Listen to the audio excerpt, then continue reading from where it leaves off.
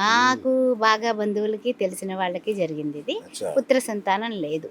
Okay. పిల్లాడు పుట్టి 13 ఏళ్ళు పెరిగి చనిపోయాడు. ఆ, అదేవిధంగా భర్తకు కూడా చూస్తే భర్తకు కూడా పుత్ర సంతానం లేదు. ఆ, వాళ్ళకి జ్యోతిష్య శాస్త్రరీత్యా పొంతనలో వాళ్ళు ఏంటంటే కనుక అప్పట్లో ఏమి చూడలేదు, చేసేసారు, అయిపోయింది. ఆ, అది మరి ఆ పుత్రలేమి అనేటటువంటి దుఃఖాన్ని వాళ్ళు ఇప్పటికి కూడా అనుభవిస్తున్నారు కదా. ఏదో ఆడపిల్లలు ఉన్నారు కాబట్టి సరిపోయింది కానీ ఆ. ఆ విధంగా కూడా ఉండేటటువంటి అవకాశం 100% ఉంటుందండి. మ్మ్. అందువల్ల పంచవత్తు రాహువు కేతువు ఉన్నట్లయితే కనుక తప్పనిసరిగా మనకి కొంచెం ప్రాబ్లమ్స్ క్రియేట్ అవుతాయి, విరక్తి భావాలు ఉంటాయి జీవితం మీద, ఆధ్యాత్మిక చింతన 30 ఏళ్ళకే వచ్చేస్తుంది, అలా ఉంటుంది. మా భగవద్గీతలో కృష్ణుడు చెప్తాడు కదా కర్మ సిద్ధాంతం. అవునండి. సో అంటే మన జీవితంలో వచ్చే ఈ కష్టాలన్నీ కూడా ఈ రాహుకేతువులు మన ప్రారంధ కర్మను అనుభవించడానికి ఏర్పాటు చేయబడ్డ వాళ్ళ వీళ్ళు అంటే వీళ్ళ మన పోలీసులా మనకు శిక్ష విధించేది వీళ్ళ రూపంలో జరుగుతుందా ఇది? చెప్పాలంటే కనుక నిజంగా చెప్పాలంటే అలాగే అనుకోండి, అంతే కదా. అలాగే అనుకోవాల్సిందే. ఎందుకని అడగండి, కర్మణ్యే వ్యాధికారిస్తే మా ఫలేషు ఫలేషు కదాచన. కదాచన. అందువల్ల ఆయన మహానుభావుడు చెప్పిన ప్రతి వాక్యము కూడా అక్షర సత్యం.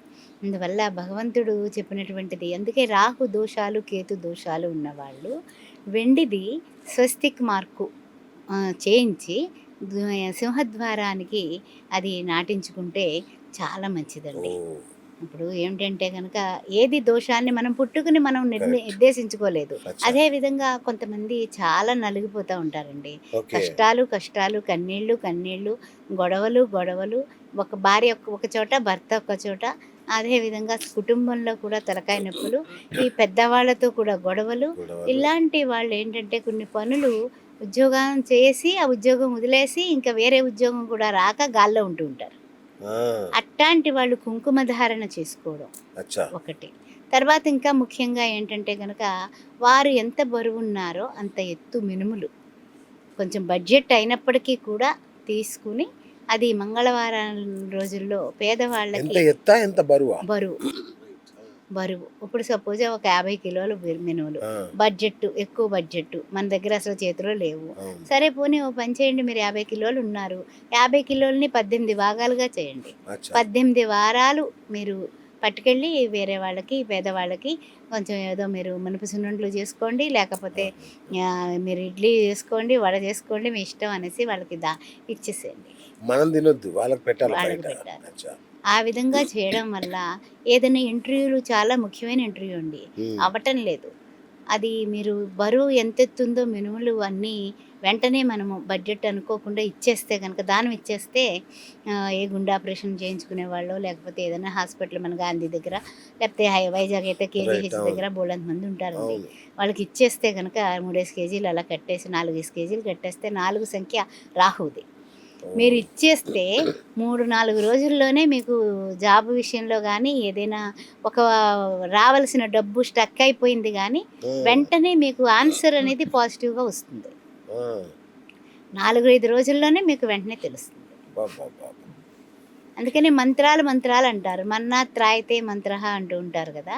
ఈ మంత్రాల విషయంలో కూడా చాలామంది మాట్లాడుతూ ఉంటారు. అవును. పెద్ద పెద్ద మంత్రాలు ఓం హ్రైం హ్రీం షట్ అంటారు. అవును. ఆ షట్లు షిట్లు ఇప్పుడు చేసే ఓపిక ఎవరికి ఎవరికి లేదు. ముఖ్యంగా యూత్కి అయితే అసలు లేదండి. అస్సలు. నిజంగా చెప్పాలంటే ఫ్రాంక్ కానీ ఎందుకు ఇవన్నీ మాకు ఎందుకు వచ్చింది అన్నట్టుగా మాట్లాడుతూ ఆ, ఉంటారు.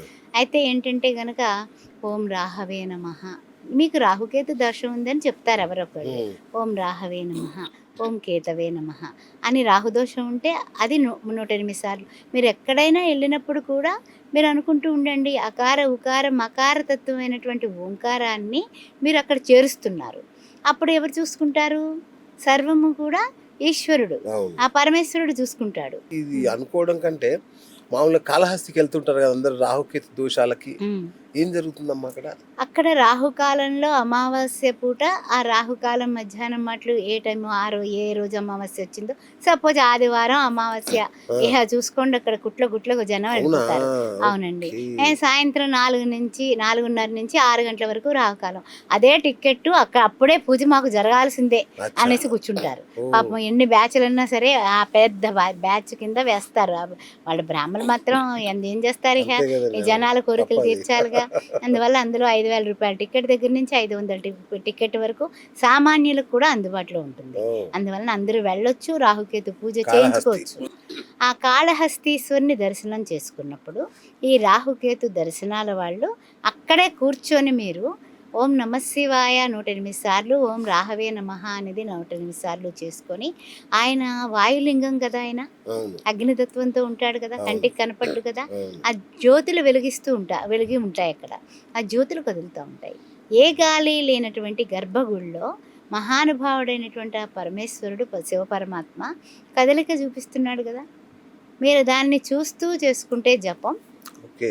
ఎక్సలెంట్ అండి. ఇంక తిరుగులేనటువంటి రాహుదోషాలు, కేతుదోషాలు మిమ్మల్ని దాన్ని పరిహారం కింద తీసుకున్నారు. అచ్చా అచ్చా అచ్చా. అది ఒక రెమెడీ. కేతు దోషం ఉంటూ ఉంటుంది. మ్మ్. లగ్నాత్తు కేతు ఉంటాడు, చంద్రాత్తు కేతు ఉంటాడు. వాళ్ళు కూడా చాలా మానసికమైనటువంటి స్ట్రగుల్స్. వాళ్ళు ఆలోచించేసుకుంటారు. ఆ ఆలోచన సఫలీకృతం కాకపోతే కనుక మళ్ళీ మానసిక వైద్యుల దగ్గరకు కూడా వెళ్ళాల్సిన పరిస్థితులు ఉంటాయి. అట్లాంటప్పుడు మరి జ్ఞానపరశునాంబ వడ్డాణం ఉంది. ఆమె వడ్డాణం నాగాభరణం. కేతువే వడ్డాణంగా ఉన్నాడు అక్కడ.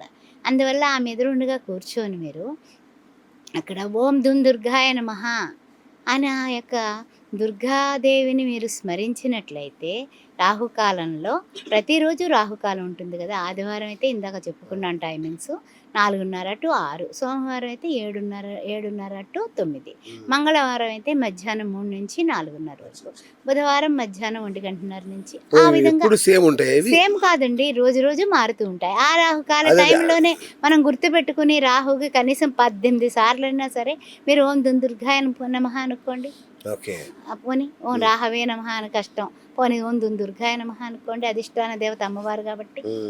కాచ్యాయనాయ విద్మహే కన్యాకుమార ధీమహి తన్నో దుర్గే ప్రచోదయాత్. ఆ దుర్గాదేవి అనుగ్రహంతో బ్రహ్మాండంగా మన యొక్క రాత మారుతుంది కదా. అవును. ఆ విధంగా జ్ఞానప్రసూనాంబని సేవించడం, ఆమెకి కుంకుమార్చన చేయించుకోవడం చాలా మంచి రెమెడీ. అద్భుతం. అదేవిధంగా ఇక్కడ రాహువుకి ఇది కాళహస్తీశ్వరుని రూపంలో అలా కాళహస్తి వెళ్ళడం వల్ల మనకి చాలా చాలా ఉపయుక్తమే. కానీ వెళ్ళామండి పెళ్ళవట్లేదు అంటారు కొంతమంది. అవును. చాలా మంది ఇప్పుడు ఎందుకు అట్లా ఎందుకు అవుతుంది? పెళ్లిగాని ప్రసాదాలు ఎక్కువైపోయారండి. అవును. 30లే కాదు, 36లే కాదు, 40లు కూడా అవును. వచ్చేస్తున్నాయి. కొన్ని అగ్రవర్ణాల్లో కూడా పాపం చాలా ఇబ్బంది అయిపోతుంది. అమ్మాయిలు కూడా ఏం తక్కువ తినట్లేదండి. వాళ్ళు వాళ్ళు మరి 30 దాకా ప్యాకేజీలు ఆగుతున్నారు. అంటున్నారు, ప్యాకేజీలు అంటున్నారు. అదే కదా. మేము కొన్నాళ్ళు ఎంజాయ్ చేయాలంటున్నారు. ఉద్యోగ జీవితం కరెక్టే, కానీ సత్సంతానం వస్తుల్లోకి మరి లేట్ అయిపోతుంది కదా. పెళ్ళే లేటు, ఆ తర్వాత సంతానం లేటు. దాని వలన కూడా మన కొంచెం వాళ్ళు మనవరాళ్ళు చూడాల్సిన వయసులో కొడుకులు కూతుర్లని చూస్తున్నారు. చెక్క పెట్టాల్సి వస్తుంది, పెళ్ళిళ్ళు చెక్క పెట్టాల్సి అవును. వస్తుంది. మరి ఆ విధంగా మరి కష్టం కదా. అందుకని ఎప్పుడు కూడా వివాహానికి కూడా మంచి యోగాలు, కళ్యాణ యోగాలు, తరుణాలు, రాహుకేతువులు దోషం ఉన్నప్పటికీ ఇస్తారండి. ఇచ్చినప్పుడు వీళ్ళు పట్టుకోరు. అది. దాని వలన కూడా వీళ్ళకి ఏంటంటే వివాహాలు లేట్ అయిపోతున్నాయి. ఓకే. అంతేగాని మామూలుగా భగవంతుడు ఎప్పుడు కూడా అన్ని వరాలే ఇస్తాడు.